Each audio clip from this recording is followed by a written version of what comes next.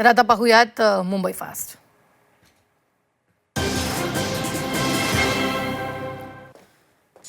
घरगुती LPG gas सिलेंडरच्या दरात 29 रुपयांची वाढ झाली आहे. 7 मार्च रोजी घरगुती सिलेंडरच्या दरात 60 रुपयांची वाढ करण्यात आली होती. आता पुन्हा वाढ झाल्यानं अवघ्या 3 महिन्यात सिलेंडर 89 रुपयांनी महागलाय. तरीही भारतात इतर देशांच्या तुलनेत दर कमीच असल्याचं केंद्र सरकारनं म्हटलं.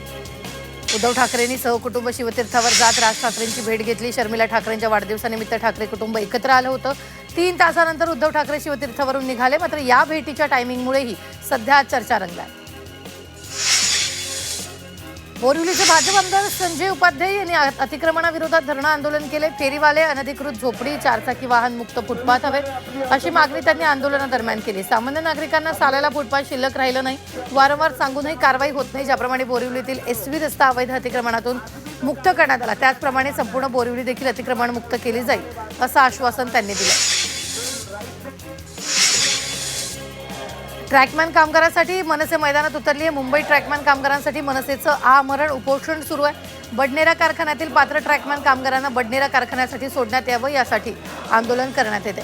ट्रॅकमॅन कामगारांसाठी मनसेचं घोषणाबाजी सुरू आहे. तर रेल्वे कामगार सेना अध्यक्ष जितेंद्र पाटील यांच्या उपस्थितीत अनेक कर्मचारी आंदोलनात सहभागी झाले. सार्वजनिक आरोग्य व्यवस्थेमध्ये बृहन्मुंबई महानगरपालिकेने अत्याधुनिक आरोग्य तंत्रज्ञानाचा अवलंब करावा अशी शेलार यांनी सार्वजनिक आरोग्य आढावा बैठकीत निर्देश दिले. मुंबईकरांच्या आरोग्य व्यवस्थेला सर्वोच्च प्राधान्य नियमितपणे आढावा बैठक घेणार असल्याचंही त्यांनी म्हटलं. पश्चिम रेल्वेनं एसी लोकलमधून विना तिकीट प्रवास करणाऱ्यावर कारवाई केली. या कारवाईत तब्बल 50 कोटी रुपयाचा दंड वसूल करण्यात आला. एप्रिल आणि मे महिन्यात ही कारवाई करण्यात आली. पनवेल कर्जत नवीन उपनगरीय रेल्वे मार्ग प्रकल्पाचं सुमारे 98% काम पूर्ण झालेलं आहे. हा प्रकल्प अंतिम टप्प्यात पोहोचला आहे. उर्वरित कामं वेगानं सुरू असून ती पूर्ण झाल्यावर प्रकल्प मध्य रेल्वेकडे हस्तांतरित केलं जाणार आहे. यानंतर अंतिम मंजुरीसाठी रेल्वे सुरक्षा आयुक्तांकडे प्रस्ताव पाठवला जाणार आहे. वर्सोवा अंधेरी घाटकोपर मेट्रो 1 ला प्रवाशांनी पसंती दिली. या मार्गिकेवर 12 वर्षात 125 कोटी रुपये प्रवाशांनी प्रवास केला आहे. तर आता या मेट्रोनं 5,79,000 प्रवाशांनी उच्चांक गाठला. 2026 अखेरपर्यंत शहरातील मेट्रो नेटवर्क 120 किलोमीटर लांब होणार आहे.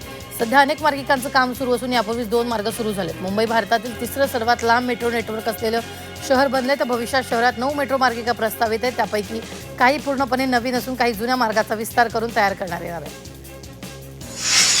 बदलापूरकरांसाठी आता मोठी बातमी आहे. मेट्रो 14ला आता वेग मिळाला असून हा प्रकल्प 2 टप्प्यात पूर्ण करण्याची तयारी. पहिल्या टप्प्यात शिळफाटा ते बदलापूर मार्गाला प्राधान्य मिळण्याची शक्यता. दुसऱ्या टप्प्यात शिळफाटा ते कांजूर मार्ग हा महत्त्वाचा मार्ग विकसित करण्याचा प्रस्ताव. मात्र हा टप्पा तुलनेनं अधिक आव्हानात्मक मानला जातो, कारण या मार्गासाठी ठाणे खाडी खालून मेट्रो मार्ग विकसित करावा लागणार. राज्यातील 1 एप्रिल 2019 पूर्वी नोंदणीकृत सर्व मोटार वाहनांवर HSRP बसवणं बंधनकारक करण्यात आलं असून यासाठी 30 जून 2026 पर्यंत अंतिम मुदत ठेवण्यात आली आहे. ठाणे जिल्ह्यातील वाहनधारकांनी या मुदतीत आपल्या वाहनांवर HSRP बसवून घ्यावी, अन्यथा 1 जुलै 2026 पासून दंडात्मक कारवाईला सामोरं जावं लागेल असं आवाहन परिवहन विभागानं केलं. एसटीच्या भरारी पथकानं महामार्गावरील एसटी महामंडळानं नेमून न दिलेल्या हॉटेलांवर बस उभ्या करणाऱ्या 131 बसवर कारवाई केली. 2 महिन्यात केलेल्या कारवाईतील एसटी बस राज्याच्या विविध भागातील आहेत. त्यांच्यावर दंडात्मक कारवाई करून कर्मचाऱ्यांच्या पगारातून पैसे वसूल केले जाणार. एसटी बस स्थानकाच्या 200 मीटर परिसरात खासगी वाहनांना बंदी घातली. अवैध प्रवासी वाहतुकीला आळा घालण्यासाठी कठोर पावलं उचलण्यात आली. 15 जूनपर्यंत ही कारवाईची धडक मोहीम राबवली जाणार आहे.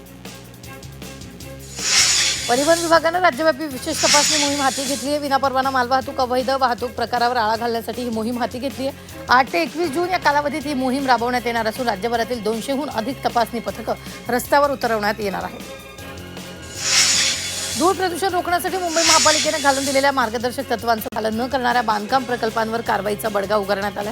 या अंतर्गत जानेवारी ते जून या कालावधीत 835 बांधकामांना कामबंदीच्या नोटिसा बजावण्यात आल्या. तर 977 बांधकामांना कारण दाखवा नोटिसा देण्यात आल्या.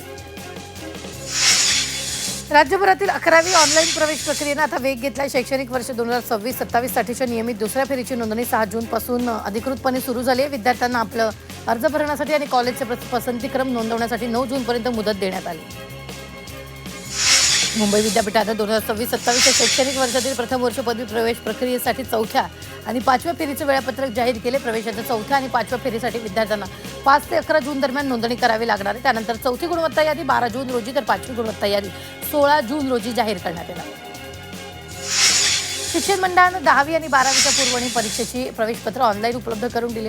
ही प्रवेशपत्र शाळा कनिष्ठ महाविद्यालयानं राज्य मंडळाच्या संकेतस्थळावर आजपासून उपलब्ध होणार आहे. कोणतेही वेगळे शुल्क न घेता त्याची मुद्रित प्रत विद्यार्थ्यांना द्यावी अशा सूचना महाविद्यालयांना देण्यात आल्या. मान्सूनच्या आगमनाची प्रतीक्षा असतानाच मुंबईकरांना उकाड्याचा तीव्र सामना करावा लागतोय. दक्षिण मुंबईतील कुलाबा परिसरात किमान तापमान 30 अंश सेल्सिअस नोंदवण्यात आले. गेल्या 10 वर्षातील यंदाचा जून सर्वात उष्ण ठरला आहे. एपीएमसी बाजारात काजू आणि बदामची करण्यात येणारी पॅकेजिंगचा धक्कादायक व्हिडिओ समोर आलाय.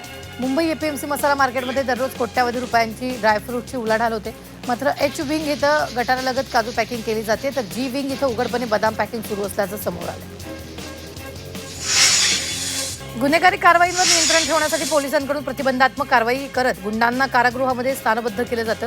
2023 देशभरात 3,916 गुंडांना स्थानबद्ध करण्यात आलं होतं. 2024 ही संख्या 3,048 वर घसरली.